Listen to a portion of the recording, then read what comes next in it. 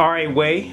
Tell me, how did you come to know Ortheia Barnes?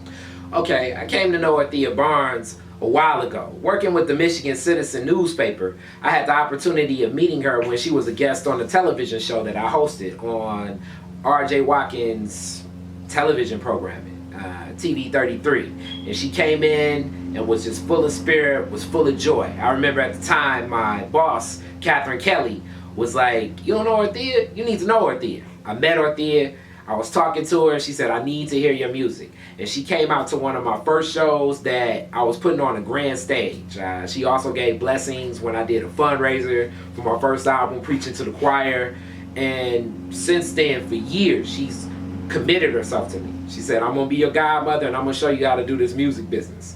So a lot of help along the way. And when I applied what she gave me and actually listened to her, a lot of success happened. And then sometimes, I'm hard-headed. I go against the grain. But she was always there for me, encouraging me, keeping me grounded, giving me an opportunity to perform. So very, very strong relationship there. Let me ask you this. Could you put into words, if you can, one impact Ortheia had on you as a mentor, but also just that legacy of Detroit artists, Detroit royalty? What impact did she have? Well, a huge impact on me. I was getting real discouraged with performance and a lot of different things. So the last couple years I haven't been as active, not just performing, but even with community stuff even. Just kind of get bitter about it all.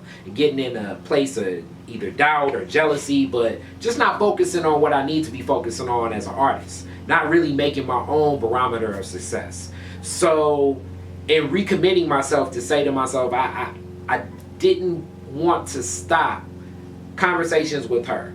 Some of the lunches we shared really was encouraging about just laying it all out there and coming up with a new way to present a stage. And I love the way that she presented a stage. I felt that her performance was welcoming for everybody in all types of walks of life.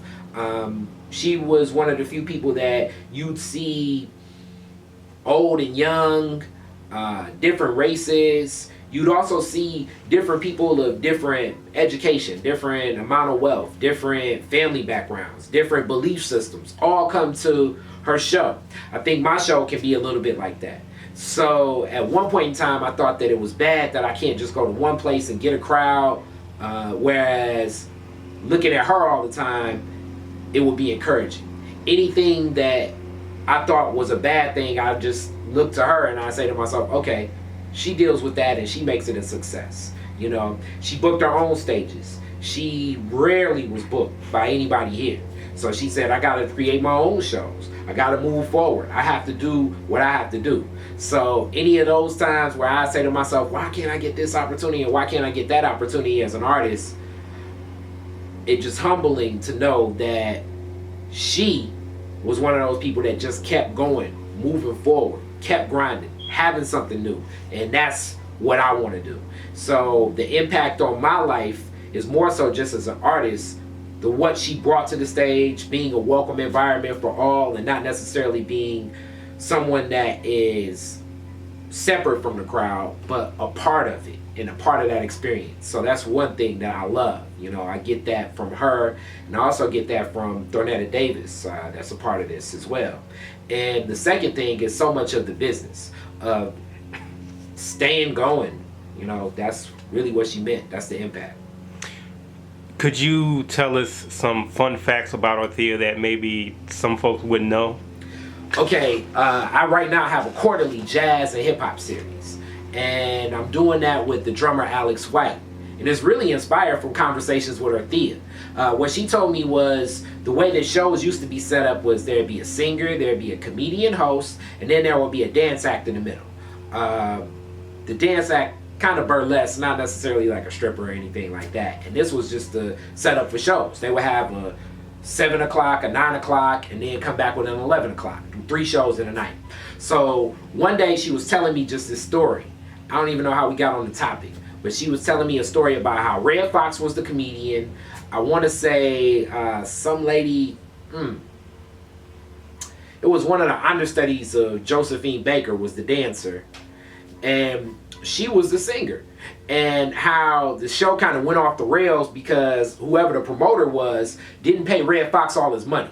So she had to kind of take over and assume some of the hosting responsibilities.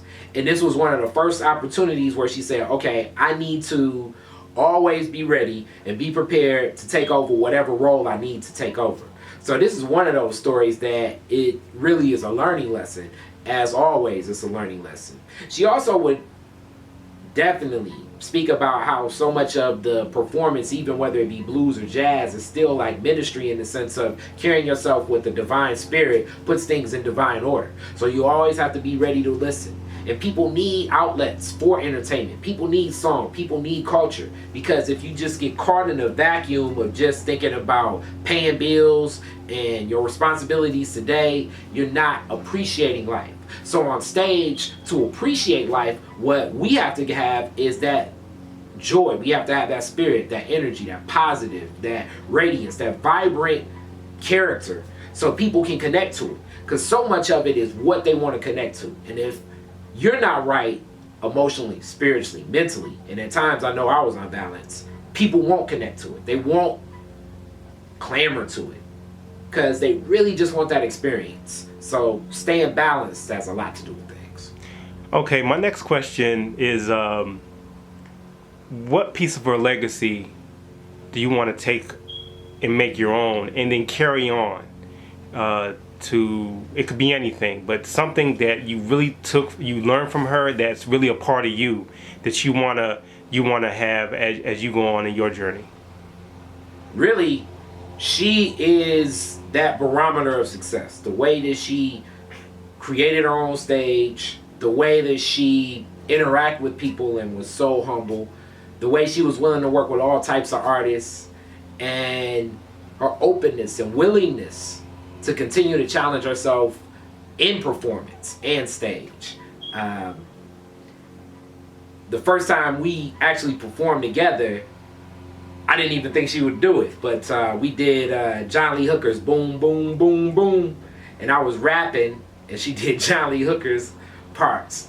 So just watching her rehearse and work my band, and it was a cool band. We had Kim Murphy on drums, we had Nadir on bass, Spina was on guitar, and I was rapping. So she just kept grinding them.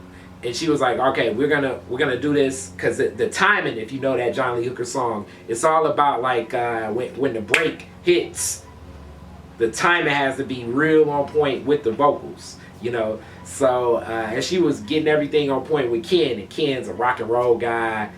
He's been playing rock for years. He used to play with like a lot of the bands with so many of the Steve Millers and the MC5s. So his interpretation of the timing of things, speeding up and then her slowing things down, getting into that good rhythm and getting in that good groove. And then you have Nadir, who comes from a funk and soul background. And then you have Spina, who comes from a bluesy and almost different spin of rock ideology. It was looking at her interact with the same people that I sometimes would get frustrated with, but her just having her own way was really humbling. So things like that are like glimpses and snapshots of what I need to continue doing. And then our efforts in the community was always strong and committed, as I'm definitely going to carry this institute in her honor. I want to definitely commit myself to different causes, but more so than the causes, it's the people. She was always about the people. All right.